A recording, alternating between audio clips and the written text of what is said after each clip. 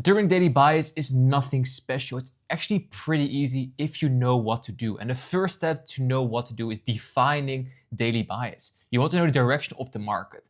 And how to do this first is going to the higher time frame. So now we're looking at NASDAQ at the monthly time frame. When you have a monthly time frame, what you want to do, you are like a lawyer, you're like a judge in court. You have arguments to the bullish side, you have arguments to the bearish side.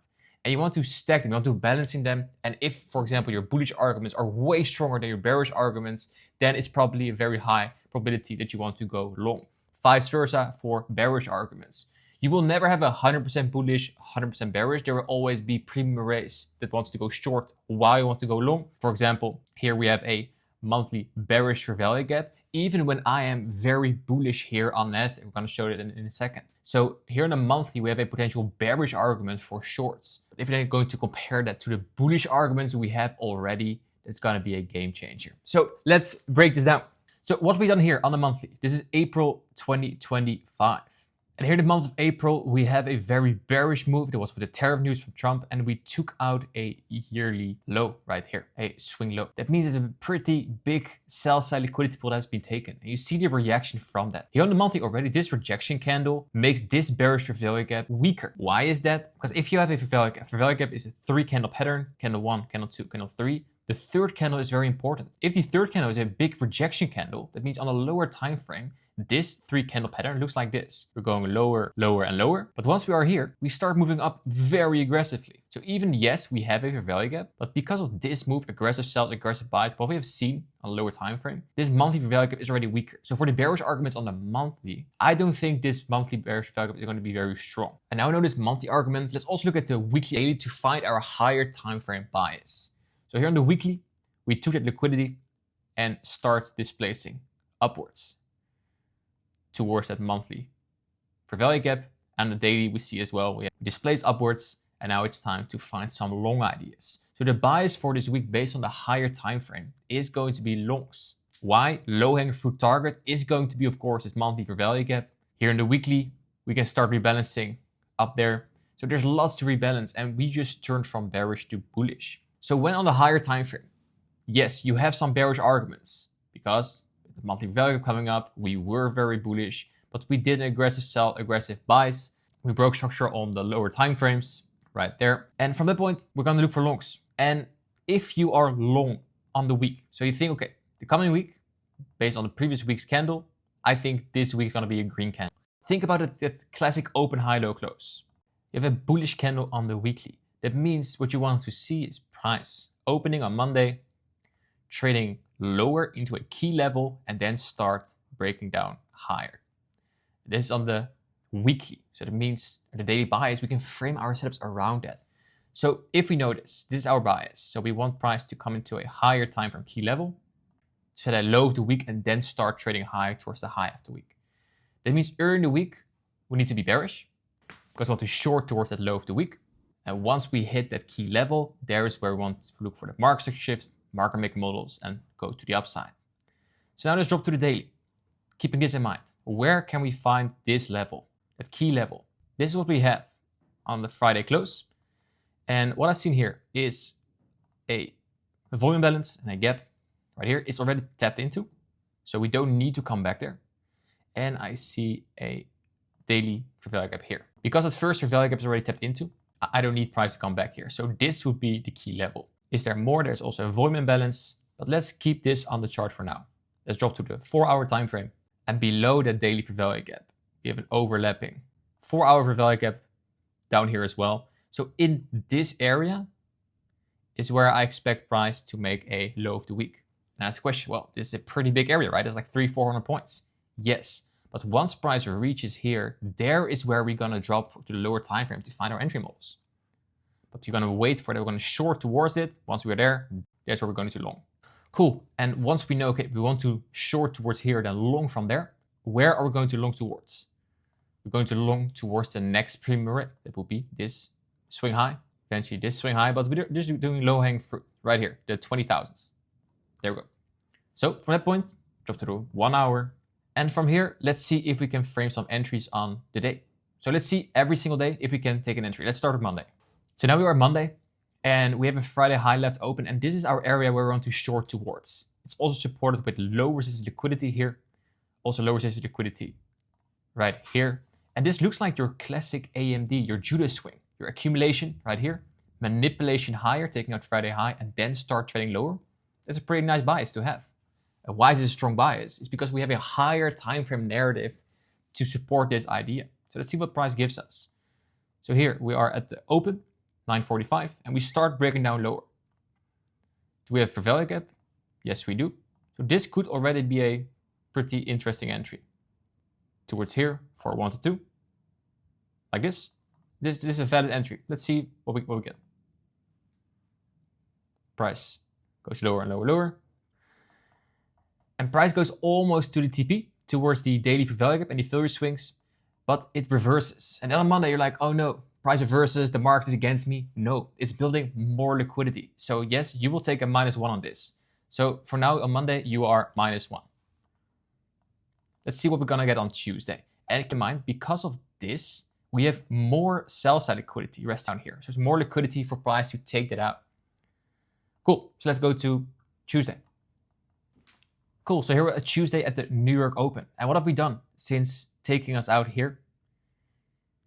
We have a Asia high right there. We have an S&T with the S. And we make a fair value gap down here, fair value gap 1.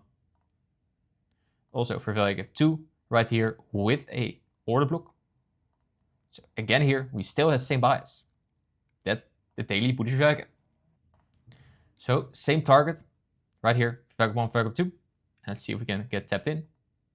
We do. And we take a loss. So again, -1. And here you arrive on Wednesday with a -2 already on the week. And you feel discouraged, like, hey, am I wrong? But let's see. Let's go to Wednesday. Cool, so now we are on Wednesday, and let's see what price gives. It's now approaching the New York session. And before the New York session, already price at 8:30 with news starts to sell off. Where? Towards our targets from Monday and Tuesday. And hit right here. So this is where most traders fail to become profitable because they're discouraged, there's -2, they're tilted because they missed their move 2 times.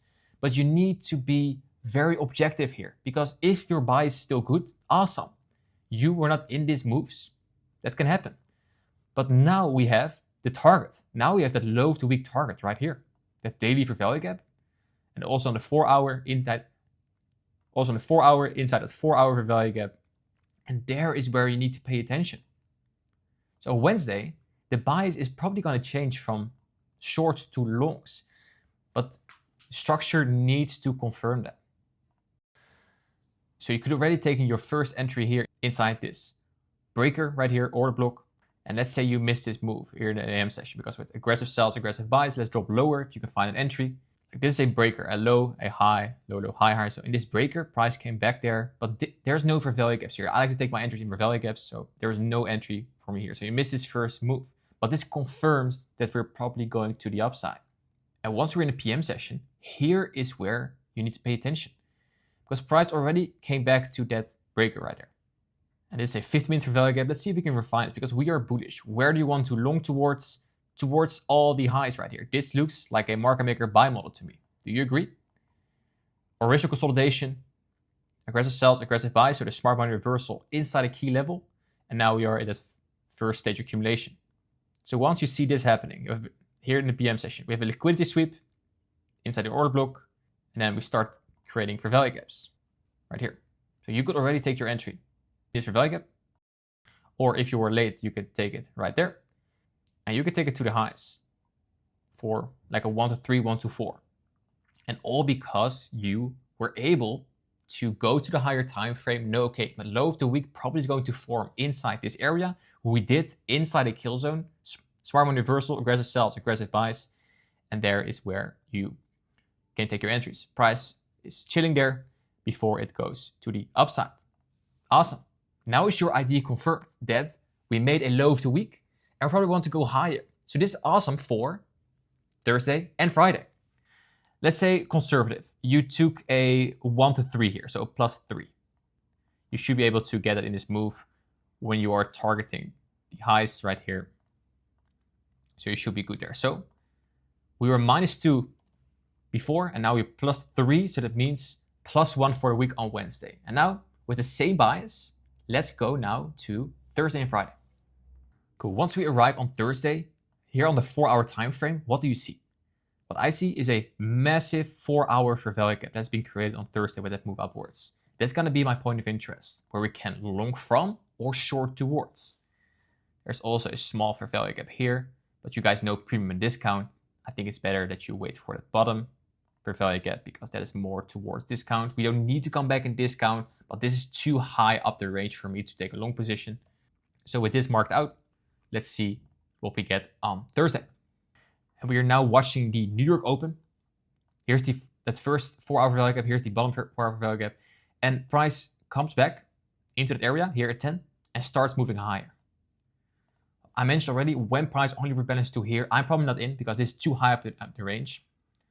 I think we're not going higher before we reach into here. So that's going to be my bias for the PM session here on Wednesday. So let's see what we get here. We have an 11 a.m. high, and then we start to move lower. And this is very interesting. Because yes, you can argue that this is a bullish order block, right? Bullish order block, down close candles in a key level that trades to the high. But do you actually think, and here comes the judge again, this is a bullish argument on the 50-minute time frame. But there is bearish arguments. There's a displacement lower. We already hit that monthly fair value gap. And before we're going higher, let's go back to the 4-hour. If you zoom out, do you really think we're going to these highs? We already took out this bias of liquidity. Do you really think we're just going up only? Most of the time, that's why the 4-hour and the daily and the higher time frame in general is so nice. Most of the time, we're just going lower before going higher. So that means I want to short towards that and then long from there again. So that means here in the PM session, when price comes back into the fair value, we have two fair value gaps, one fair value gap right here. And now we're looking at the 50-minute, but you can do exactly the same on the 5 and the 1 minute because the bias is based on a higher time frame array. In this case, a 4-hour value gap. You could already take your trade something like this for 1 to 2. If you really think we are going to first to the fair value gap, then higher, awesome. That's your trade. That's what I took.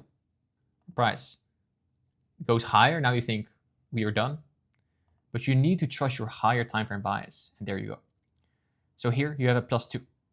So we started with -1, -1, then +3. So +1, and now we're +3 up the week while losing Monday and Tuesday. Now let's see what we get on Friday. And here we look at Friday at the London session. And this is where price can get tricky because there are multiple arguments. One is that price can go from this fair value gap to the upside. Just continue the up move because you already rebalance inside that 4-hour fair value gap, right? Right here during the PM session on Wednesday, the short we took. But the lows made outside of kill zone. And I don't like lows that being made outside the kill zone. So I have two ideas on Friday. One is price sweeping that one more into this kind of the range, maybe the order blocks, and then go higher. Or this was the low and we are just going higher from here. When I have that bias, I give myself or 2 bullets, so that means 2 trades. One here already. When I get stopped out, I take another one right here. Or I'm waiting it out. So let's see what we get closer to New York session. And it is also NFP Friday. So here at the 8 a.m. candle, we see displacement higher. And this says enough. Because the NFP candle needed to sweep the liquidity here for me to have that second idea. Because NFP does not sweep the liquidity, it confirms the bias.